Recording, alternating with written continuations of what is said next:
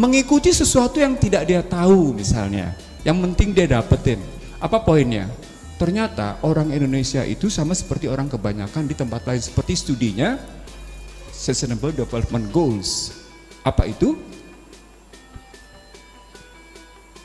Sebagian masyarakat Indonesia mengidap mental disorder. Jadi satu mental yang berantakan, satu mental yang amburadul gitu.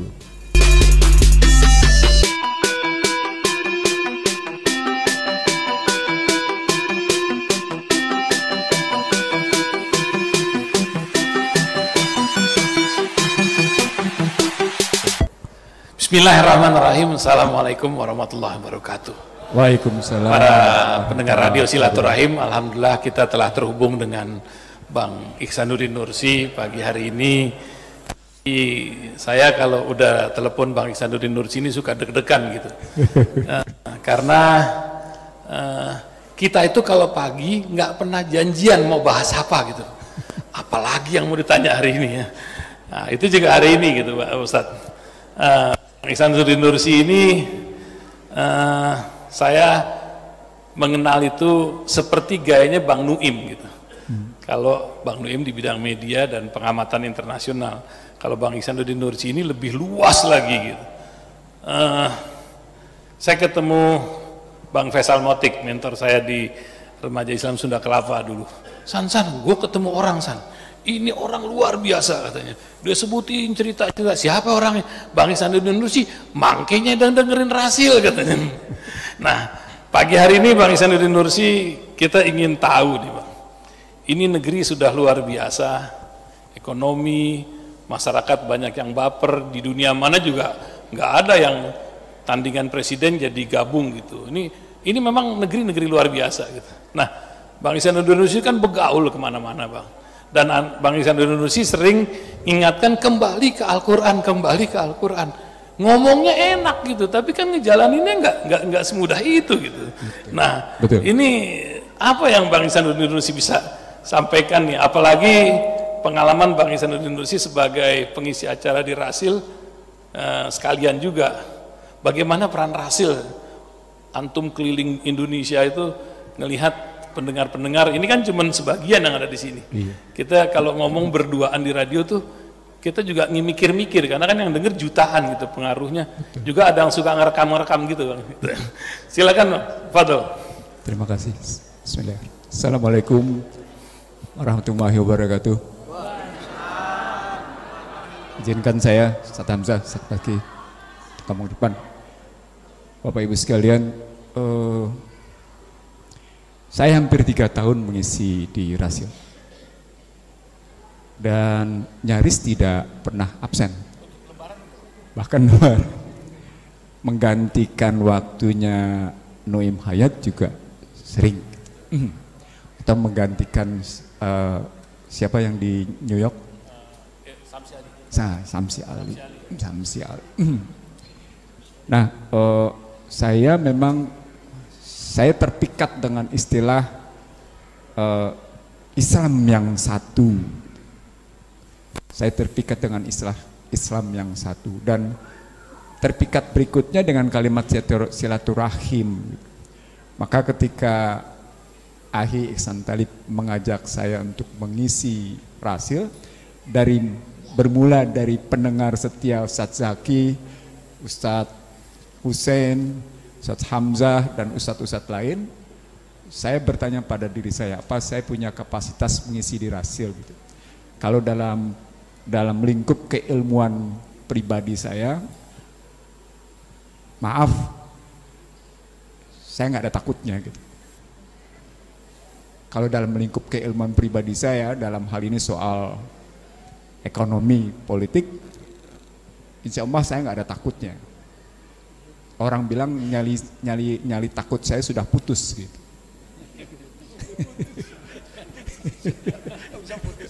Iya, nabrak aja gitu. Dengan catatan tentu, catatannya saya punya referensi, saya punya data, saya punya analisis metodologi. Tapi orang lupa bahwa referensi saya sesungguhnya bukan lagi referensi pemikiran Barat. kepustakaan saya memang kepustakaan barat. Tapi ketika saya sedang merinding mengucapkan ke hadapan pendengar Rasil dan ke Bapak Ibu sekalian. Sesungguhnya referensi saya bukan lagi referensi pemikiran barat. Referensi saya sudah balik ke Al-Quran dan hadis. Itu yang membuat saya nyali putusnya bukan lagi sudah hanyut aja sudah tabrak aja gitu. Sepanjang tadi yang disebut oleh Ustadz Hussein dalam lingkup watawasobil sabr. Tapi bagaimana menerjemahkan tadi watawasobil haq, watawasobil sabr? Untuk mendapatkan yang hak dan yang sabar itu ternyata perjalanannya panjang, tidak gampang gitu, tidak mudah. Makanya tadi sampaikan oleh Akhi Ihsan Talib, ngomong balik ke Al-Quran gampang ke hadis. Sesungguhnya terpulang pada, tadi sudah disebut juga sama Ustadz Hussein, terpulang pada tingkat keimanan dan keilmuan kita. Tadi Ustadz Hamzah juga nyebut, ada 20 disiplin, ada 13 disiplin. Saya cuma punya 4 disiplin dalam hidup saya. Saya punya disiplin teknik industri. Saya punya disiplin hukum. Saya punya disiplin moneter. Dan itu bukan Islam lagi. Saya punya disiplin ilmu ekonomi makro. Lalu bagaimana menarik 4 disiplin ini? Disitulah saya berkali-kali menyebut Bapak Ibu sekalian sebagai pembelajaran. Subhanallah, astagfirullah. Bagaimana menggunakan Al-Quran, bagaimana menggunakan hadis sebagai teropong, sebagai pisau analisis atas apa yang kita hadapi. Di situ saya ketemu ayat jika disebut sebagai Al-Quran sebagai penyembuh, Al-Quran sebagai penenang hati, maka sesungguhnya terpulang pada tingkat keilmuan dan keimanan kita untuk menyatakan bahwa memang Al-Quran adalah penyembuh dan penenang hati. Maka membacanya membaca balik ke otak atau membaca balik ke kolbu. Ada perbedaan. Membaca balik ke otak, ya tafakkaruna, dan balik ke kolbu, yazkuruna, itu berbeda. Istilahnya kalau pegang handphone, masukinnya kemana? Ke memorinya atau ke prosesornya? Masukinnya kemana? Ke memorinya atau ke prosesornya? Kalau tadi disebut ilm dari Ustadz Hamzah, mestinya masuknya ke kalbu dia. Ke kalbu dia. Dari kalbu baru naik ke yatafakkarun, ke pola pikir. Subhanallah, astagfirullah. Kalau mengambil, maaf saya belum lama saya berdebat tajam dengan satu organisasi yang cukup berpengaruh di Indonesia, dalam organisasinya profesi yang sangat berpengaruh dalam dunia kesehatan, tapi tidak saya sebut ya, karena yang satu dokternya pro, yang satu dokternya kontra dalam hal yang sedang in sekarang, soal vaksin, soal, saya nggak usah sebut organisasinya apa gitu. Saya bilang karena metodologi berpikirnya melulu pada barat, maka kita tidak sampai pada akarnya. Padahal kalau kita balik dalam cara berpikir Islam, misalnya, kita akan sampai pada akarnya. Salah satu contohnya pertanyaan begini, Akhi Ihsan Talib, saya ingin mengatakan begini, pernah dengar seorang dokter dalam YouTube rame-rame menyatakan begini, coba bayangkan apakah dokter mengerti jika dalam rangka pengobatan COVID-19 berbagai obat masuk ke dalam tubuh manusia, belasan obat, apakah dokter bisa menjawab tubuh manusia itu, di dalam tubuh manusia itu reaksi obatnya kayak apa gitu? Pernah dengar gitu ya? Ada dokter yang ngomong kayak gitu ya? Lalu kemudian serta-merta disahuti oleh berbagai dokter seluruh Indonesia, sampai dokter yang bersangkutan dipanggil ke penegak hukum gitu. Saya dalam respon saya, nah ini pertanyaan menarik, disiplin ilmu apa yang bisa menjawab ini gitu. Jujur saya sampaikan pada Bapak Ibu, disiplin ilmu apa yang bisa menjawab? Ternyata, maaf ya, tidak ada satu disiplin ilmu yang bisa ngejawab di Indonesia. Subhanallah, astagfirullah. YouTube yang dari Rasil yang Selasa pagi itu kemudian disebarluaskan di YouTube Rasil sampai ke Kyoto, sampai ke Melbourne, sampai ke Singapura, sampai ke Israel, itu yang diangkat oleh Radio Rasil. Dan ternyata pertanyaan saya itu seperti itu didengar sama mereka. Lalu muncullah jawaban dari anak Indonesia, orang Indonesia yang sedang mengambil studi S3 kimia, khususnya kimia di Kyoto. Bang, saya coba jawab ya, katanya. Bapak Ibu sekalian, subhanallah, astagfirullah, dia jawabnya dengan research. Dia bikin makalah. Jawabannya yang pertama, Indonesia ketinggalan zaman 70 tahun untuk yang namanya ilmunya chemical coordination. Dan itu tidak ada dalam kurikulum fakultas biologi, tidak ada dalam kurikulum fakultas kimia, tidak ada dalam kurikulum fakultas kedokteran, tidak ada dalam kurikulum fakultas ilmu kesehatan. Nggak ada tuh chemical coordination. Dia bikin riset itu 70 tahun. Lalu dia bandingkan antara Indonesia, Malaysia, Singapura, dan Jepang. Hasilnya lebih menyedihkan lagi. Indonesia tidak punya labnya untuk menganalisis chemical coordination. Singapura, Malaysia, Jepang masing-masing punya labnya. Lalu saya bertanya, bagaimana dong kalau gitu menganalisis dari berbagai macam obat? Saya tidak mengerti kalau di Indonesia kayak apa. Nah, apa relasinya dengan perdebatan dua dokter yang pro dan kontra vaksin tadi? Dia bilang, yang dokter yang kontra tadi menyatakan, abang salah. Bukan 70 tahun kita ketinggalan zaman, katanya. Si dokter perempuan itu mengatakan, kita ketinggalan zaman 128 tahun. Masya Allah. Subhanallah, saya bilang. Saya tidak ingin meneruskan perdebatan tajam yang tidak ketemu itu gitu. Tapi saya ambil ke dalam ilmu saya. Ini berarti ada problematik dalam perspektif, saya menyebutnya ke Kementerian Kesehatan, saya menyebutnya ke Ibu Dokter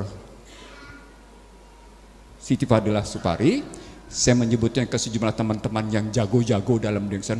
Ini bagian apa yang disebut sebagai ekonomi politik kesehatan.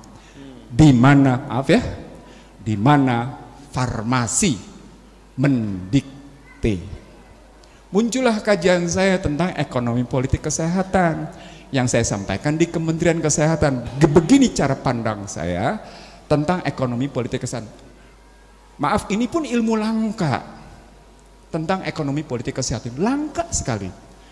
Misalnya tentang studi berapa banyak orang Indonesia yang berangkat ke Malaysia, apakah itu ke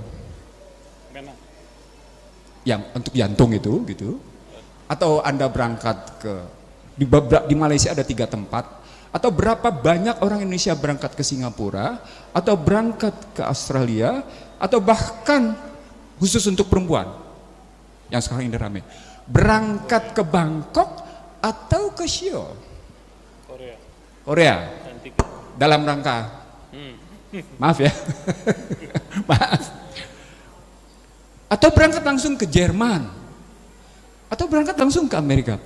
Studi itu kemudian dilengkapi lagi lebih dalam keberanian orang Indonesia untuk mengikuti sesuatu yang tidak dia tahu. Misalnya yang penting dia dapetin.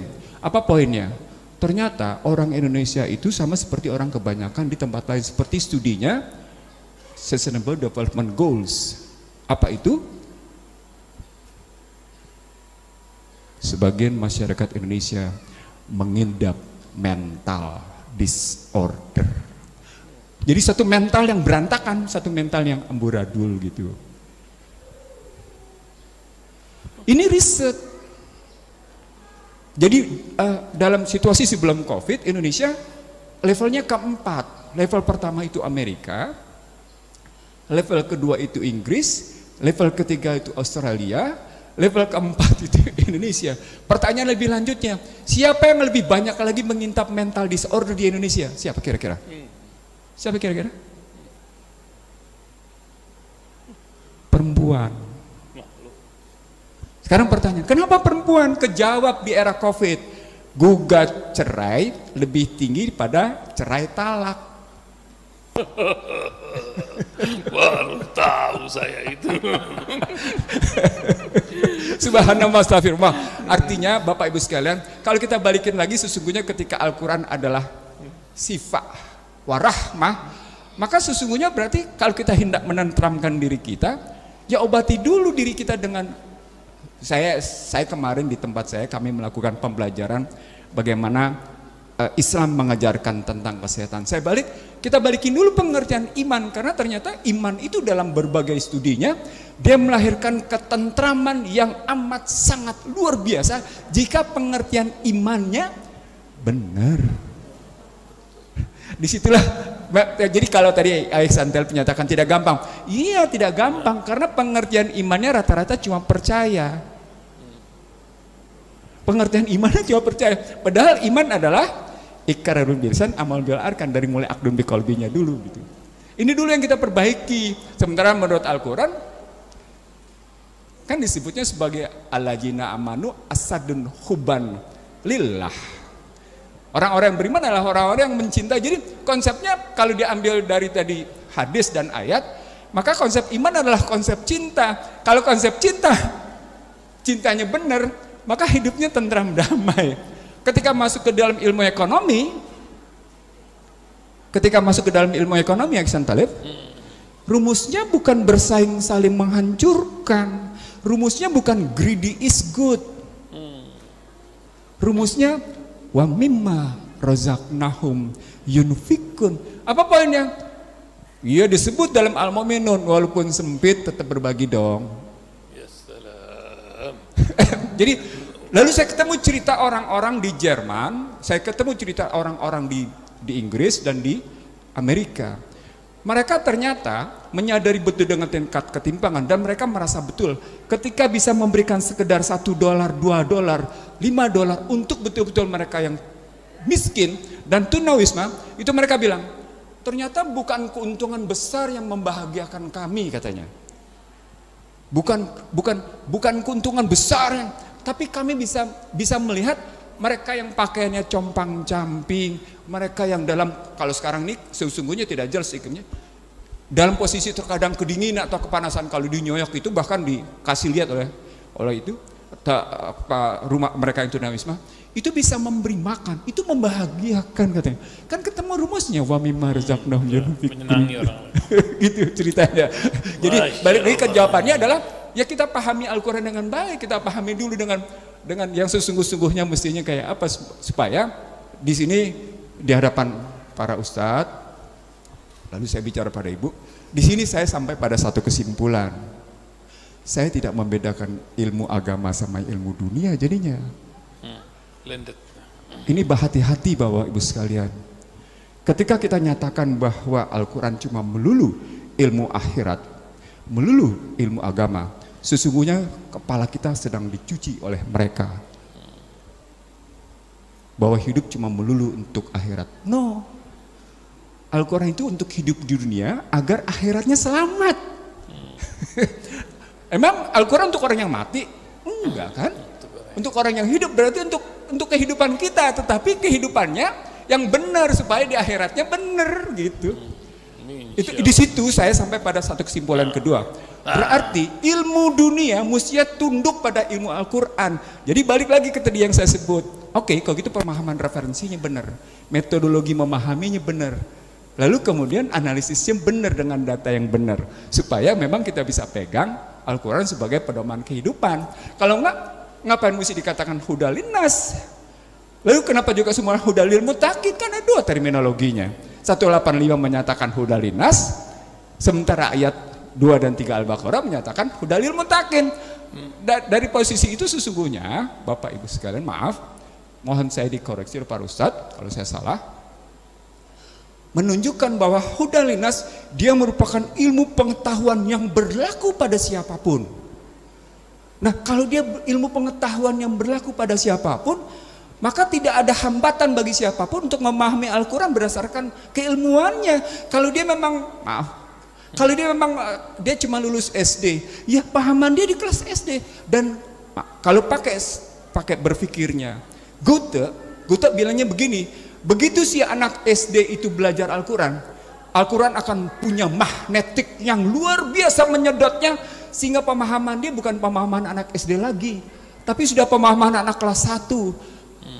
Kalau dia konsisten belajarnya dan belajar pada ahlinya. Saya mengatakan ini karena saya punya pengalaman. Ibu saya cuma lulusan madrasah Jamiatul Khair.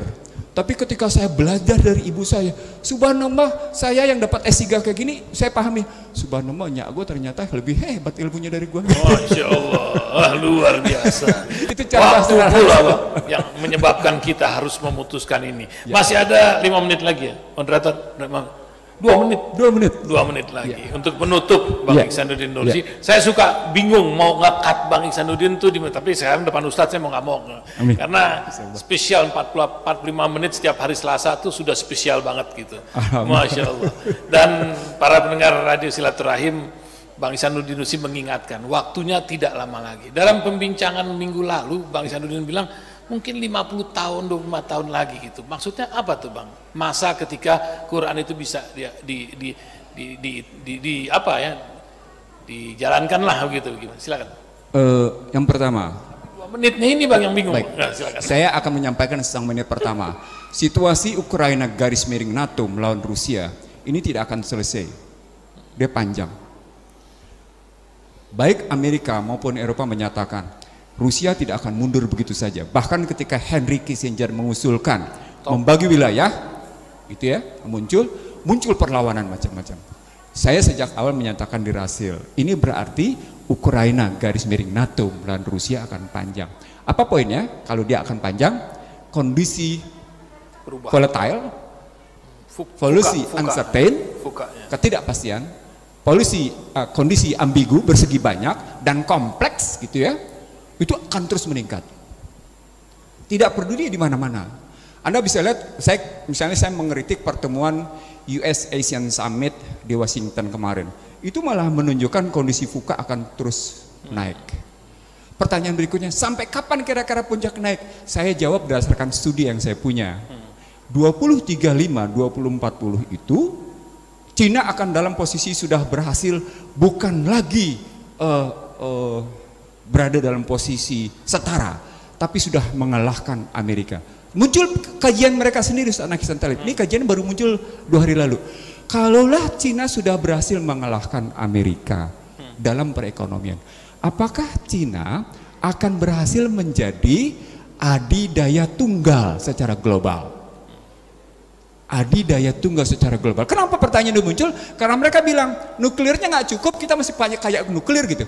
Padahal dalam kehidupan sejak awal abad 20 hingga hari ini, Amerika menjualnya 2, menjual ketakutan dan kecemasan. Lalu berikutnya, sudah lu nggak perlu takut, nggak usah cemas, datang ke saya akan melindungi. Itu teorinya dia.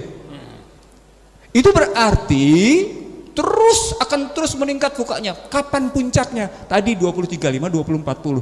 Pada saat itulah saya berpendapat mungkin itu Imam Mahdi turun. Karena nggak ada yang bisa jawab. Nah, ini ketemu kajian saya dengan Imran Hussein, eskatologi Islam, yang saya tidak tahu hadisnya, tingkat hadisnya apakah hasan atau sahih, yang menyatakan usia manusia adalah 15 abad, tapi dalam pengertian Hijriyah.